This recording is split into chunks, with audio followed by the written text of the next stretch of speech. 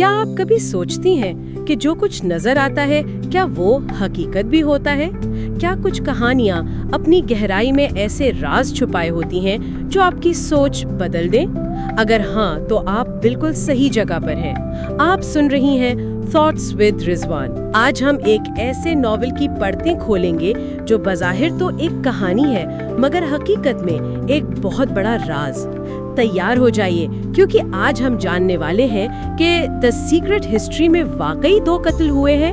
تو آج ہم بات کر رہے ہیں ڈونا ٹاڈ کے مشہور ناول دی سیکرٹ ہسٹری پر جی، اور خاص طور پہ ایک تجزیاتی مضمون ہے ڈارک اکیڈمیا دی سیکرٹ ہسٹری کا فلسفہ، اس کی روشنی میں دیکھیں گے۔ بالکل، اور اس مضمون کا جو مرکزی خیال ہے وہ کافی چونکا دینے والا ہے۔ وہ یہ کہ ناول میں صرف ایک نہیں بلکہ 2 قتل ہوئے ہیں۔ یہ کیسے؟ جی ہاں، دیکھیں، ناول کا پس منظر ورمونٹ کا ایک بہت ایلیٹ قسم کا کالج ہے، ہیمپٹن۔ اچھا، وہاں قدیم یونانی کلاس کے کچھ بہت ہی ذہین، خاص مگر ذرا پراسرار سے طلباء کا گروپ ہے۔ ہنری، فرانسس، کیملا، چارلز اور بنی، اور ان کے استاد جولین مارو، وہ بھی کچھ کم نہیں سنا ہے۔ جی بالکل، وہ بھی اتنے ہی کرشماتی اور پراسرار ہیں۔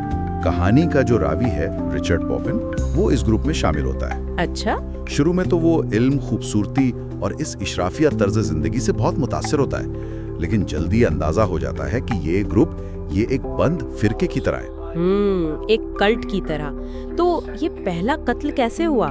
مضمون کے مطابق وہ کوئی قدیم رسم زندہ کرنے کی کوشش کر رہے تھے۔ جی، بیکنیل، ایک قدیم یونانی رسم جس میں شراب اور جنون شامل ہوتا ہے۔ وہ اسے دوبارہ زندہ کرنا چاہتے تھے۔ تو کیا ہوا پھر؟ پہلی کوشش تو ناکام رہی، لیکن دوسری بار وہ نشے اور اب کہہ لیں جنون کی ایسی کیفیت میں پہنچ گئے کہ غیر ارادی طور پر ایک مقامی کسان کو قتل کر بیٹھے۔ ایک حادثہ مگر ایک خوفناک راز۔ اور اسی راز نے سب کو جوڑ دیا یا شاید جکڑ لیا۔ بالکل، اور پھر جب ان کے اپنے گروپ کے ایک رکن بنی کو اس راز کا پتہ چلا تو اس نے بلیک میل کرنا شروع کر دیا۔ جی ہاں، اس نے بلیک میل کرنا شروع کر دیا۔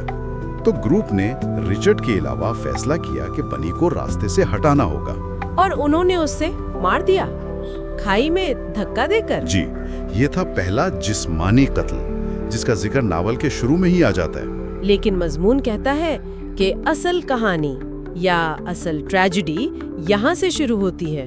وہ دوسرا قتل، یہ کیا ہے؟ یہ روحانی قتل کا کیا مطلب ہے؟ دیکھیں، بنی کے قتل کے بعد وہ گروپ جو پہلے ہی راز کے بوجھ تلے دبا تھا وہ پوری طرح بکھرنے لگتا ہے۔ اچھا، جرم کا احساس، خوف، پچھتاوا، آپسی تعلقات میں دراڑیں، وہ سب ذہنی اور جذباتی طور پر تباہ ہو رہے تھے۔ سمجھ میں آتا ہے۔ تو اس حالت میں وہ مدد کے لیے کس کے پاس جاتے ہیں؟ اپنے مینٹور، اپنے گرو جولین مارو کے پاس۔ انہیں لگا ہوگا کہ جولین جس کے فلسفے نے انہیں یہاں تک پہنچایا وہ انہیں سمجھے گا، شاید کوئی راستہ دکھائے گا۔ ہاں، یہی امید تھی، لیکن ہوا بالکل الٹ۔ جولین نے مدد کرنے کے بجائے ان سے انتہائی حقارت اور نفرت کا اظہار کیا۔ کیا مطلب؟ اس نے انہیں چھوڑ دیا؟ بالکل، اس نے صاف کہہ دیا کہ تم لوگوں نے جو کیا ہے وہ میرے فلسفے کی توہین ہے۔ اس نے انہیں بالکل تنہا چھوڑ دیا۔ اوہ خدایا! اور مضمون کے مطابق یہی وہ لمحہ ہے، یہی دوسرا قتل ہے۔ ان کی یقین کا قتل؟ جی، ان کے یقین کا، ان کے آئیڈیلز کا، ان کی روح کا قتل۔ جولین جو ان کے لیے خدا جیسا تھا، اس کا یوں منہ موڑ لینا اور اس کے سارے فلسفے کا کھوکھلا پن ثابت ہو جانا، یہ جسمانی قتل سے زیادہ تباہ کن تھا۔ یہ تو واقعی بہت گہری بات ہے۔ اور اس روحانی قتل کے نتائج پھر ہمیں کرداروں کے انجام میں نظر آتے ہیں۔ بالکل واضح طور پر ہنری، جو شاید جولین کے فلسفے سے سب سے زیادہ متاثر تھا، وہ جرم کے بوجھ تلے خودکشی کر لیتا ہے۔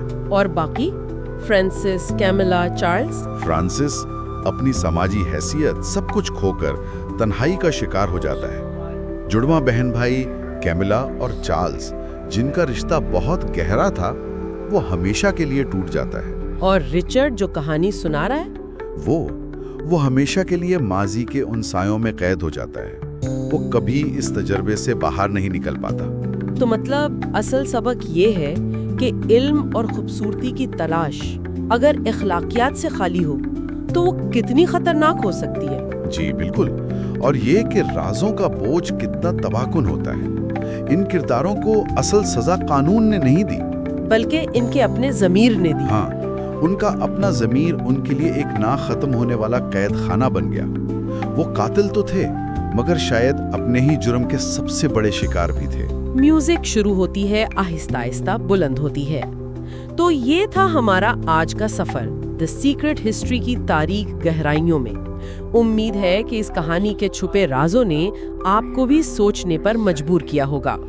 یاد رکھیے، کچھ کہانیاں صرف الفاظ نہیں ہوتی، وہ ایک تجربہ ہوتی ہیں، ایک ایسا آئینہ جو ہمیں ہماری اپنی ذات کے گہرے پہلو دکھاتا ہے۔ آپ نے سنا تھاٹس ود رضوان۔ آپ کی آراء اور خیالات ہمارے لیے بہت قیمتی ہیں۔ اپنی سوچ ہمیں کامنٹس میں ضرور بتائیں، اور اگر آپ کو یہ گفتگو پسند آئی ہو تو اسے اپنے دوستوں کے ساتھ شیئر کرنا نہ بھولیں۔ مزید ایسی سنسنی خیز اور گہری کہانیوں کے لیے ہمارے ساتھ جڑے رہیے۔ اگلی بار تک کے لیے اپنا خیال رکھیے اور پڑھتے رہیے، سوچتے رہیے۔ خدا حافظ۔